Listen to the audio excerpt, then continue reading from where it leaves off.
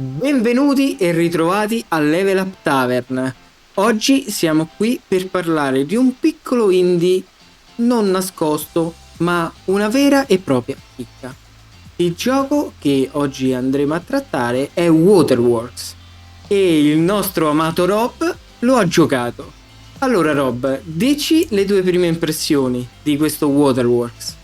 Allora Mirko, Waterworks è molto interessante perché è un gioco di carte dove noi, datoci il titolo di sindaco potremmo dire, dobbiamo gestire una città polacca con stabilimento dell'ordine teutonico. Fondamentalmente non mi fate dire la città perché non saprò mai pronunciarla neanche leggendo letteralmente lettera per lettera, e dobbiamo gestirne praticamente il suolo idrico con la rete idrica per potenziarla man mano, ma oltre ciò avremo modo di vedere nel tempo la città che cresce, poter approvare determinati progetti che consumano più acqua, altri di meno, gestire incendi, la crescita della città, il favore e altre cose, eccetera, eccetera, eccetera. In questi casi si direbbe che sono risorse, moneta e quant'altro.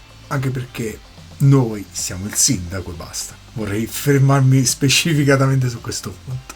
E Rob, le tue prime impressioni quali sono state? Gioco frenetico, ma non troppo. E allo stesso tempo tutorial esplicativo, interattivo e molto semplice. Forse avrei tolto l'iniziale parte del tutorial dove ti spiega come muoverti all'interno della mappa, perché è abbastanza semplice. Però ci può stare. Cioè è una cosa che Roberto non preferisco, ma posso capire che altri può essere fondamentale. Vabbè.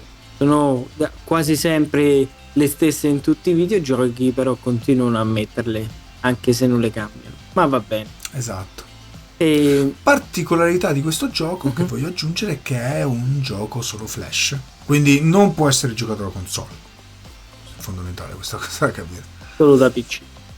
E invece per quel che riguarda il gameplay e le sue meccaniche? Allora, il gameplay con le sue meccaniche, come ho spiegato precedentemente, si basa su un gioco di carte. Tu hai delle carte che hanno un determinato costo e sono ciclicamente, possono cambiare e puoi scambiarne altre durante il gioco. E mentre tu vuoi far espandere la rete idrica della tua città, devi capire cosa mettere, dove metterla, perché ci sono delle carte che possono essere messe a dei punti nevralgici tra vari terreni, perché tutta la città vista dall'alto ed è divisa in lotti.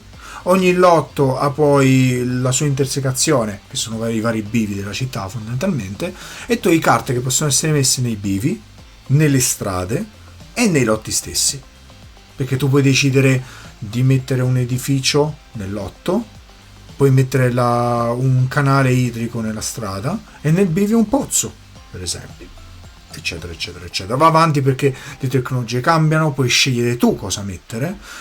Tu non devi per forza essere il sindaco buono e benevolo, tu puoi essere anche il pezzo di merda numero 76, ma l'importante è che non raggiungi una soglia in cui si ribellano. E sta lì il gioco di moralità che c'è dietro, che a me è piaciuto tanto. E se non ti cacciano da carriera il sindaco. E la grafica? Quello è sicuro. E la grafica invece? La grafica è in pixel art, carina, potrebbe far storcere il naso ad alcuni, però è un gioco flash, un gioco che è gratuito, quindi io non mi lamenterei più di tanto. Vabbè, immagino anche leggerissimo come peso, essendo flash. Sì, anche perché essendo flash può essere giocato anche da telefono online. Forse da telefono è difficile da utilizzare i comandi, ma non ci vedo questa difficoltà nel farlo processare. E una domanda sulle carte.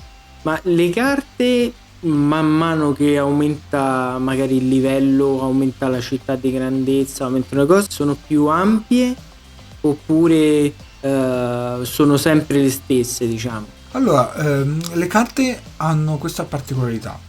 Ogni tot tempo o ogni tot di crescita della città vera e propria ci sono delle carte speciali che tu man mano puoi decidere di far scoprire, che sono le carte innovazione. Queste innovazioni poi vanno a creare altre carte che prima non c'erano, decise ovviamente dalla crescita della città o dalla innovazione tecnologica, che permettono poi di far costruire, facendo un esempio, dal classico personaggio che con la sua corazza piena di barili d'acqua porta l'acqua, a un mulino d'acqua che sposta l'acqua verso il canale idrico più vicino, eccetera eccetera eccetera, perché si può andare avanti.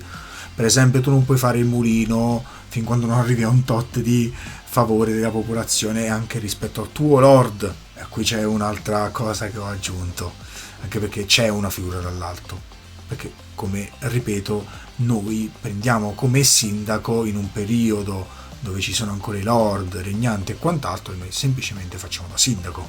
Dobbiamo sempre rispondere a qualcuno che ci manderà di tanto in tanto qualche quest, qualche missione scomoda e non scomoda, e noi dovremmo essere sempre l'ago della bilancia che è lì, fermo a capire cosa è meglio per la città, ma soprattutto cosa è meglio per la sua testa.